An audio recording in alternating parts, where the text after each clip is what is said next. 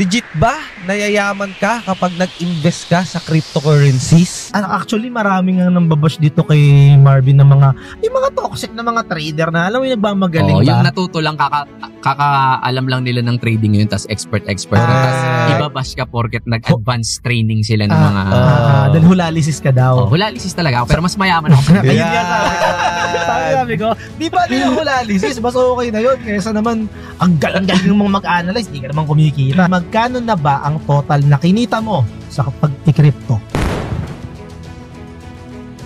Anong masasabi mo dun sa mga nagbabash sa'yo, nagsasabi na for the views, for the content lang yung pagpunta mo kay Boss Toyo para bilhin yung ni Franz? Well, unang-una sa lahat, opinion nyo yan. Okay lang, walang problema. Hindi ninyo naman talaga alam ko ano yung tunay nangyari at never ko rin namang in-explain kasi alam ko naman kung ano yung totoo sa sarili ko. Correct. Yeah. Hindi ko alam mag-explain sa inyo.